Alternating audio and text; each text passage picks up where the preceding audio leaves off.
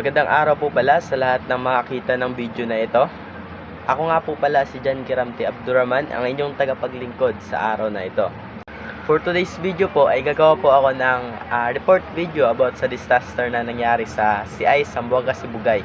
Dahil nagkaroon po doon ng sunog. At aalamin po natin kung ano ang kadahilanan ng sunog at kung papaano po natin maiwasan ang pagkasunog. At kung ano ang ating mga dapat na gawin kapag nandun tayo sa sitwasyong kanon. Ganito po pala ang itsura ng CI Public Market nung hindi pa po siya nasusunog. Mapayapa, tahimik, at halos lahat ng mamamayan doon ay dito nila kinukuha ang kanilang panghanap buhay para sa kanilang pamilya. Hanggang umabot sa hindi inaasahang pangyayari.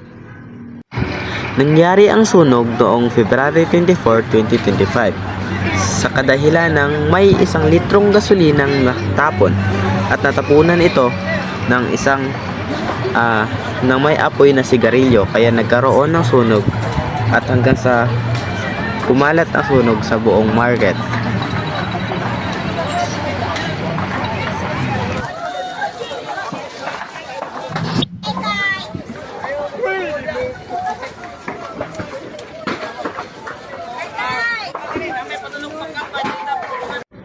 At ganito na po pala ang nangyari pagkatapos ng sunog.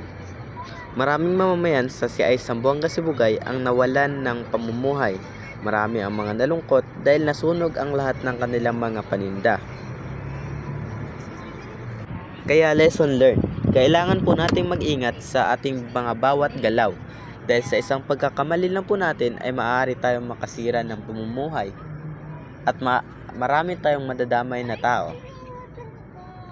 Ang dapat nga po palang gawin kapag nandito tayo sa sitwasyong ganito ay kailangan na po nating iligtas ang ating mga sarili. Kailangan na po nating umalis sa may sunog at tumawag na po tayo agad ng mga bumbero para maanuhan agad yung sunog, para hindi na po lumala at para maisalba pa po ang mga ibang gamit na hindi pa masyado nasunog sa loob o mga paninda sa loob ng market.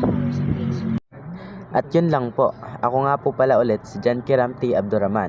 At maraming salamat po sa inyong panunood. At mag-ingat po tayong lahat. Keep safe. At sana po makatulong ang video na ito para magkaroon po kayo ng idea kung ano ang mga dapat na gawin kapag magkaroon ng sunog at kung papaano po natin maiwasan ang sunog pagdating sa mga sitwasyong ganito. Maraming salamat po.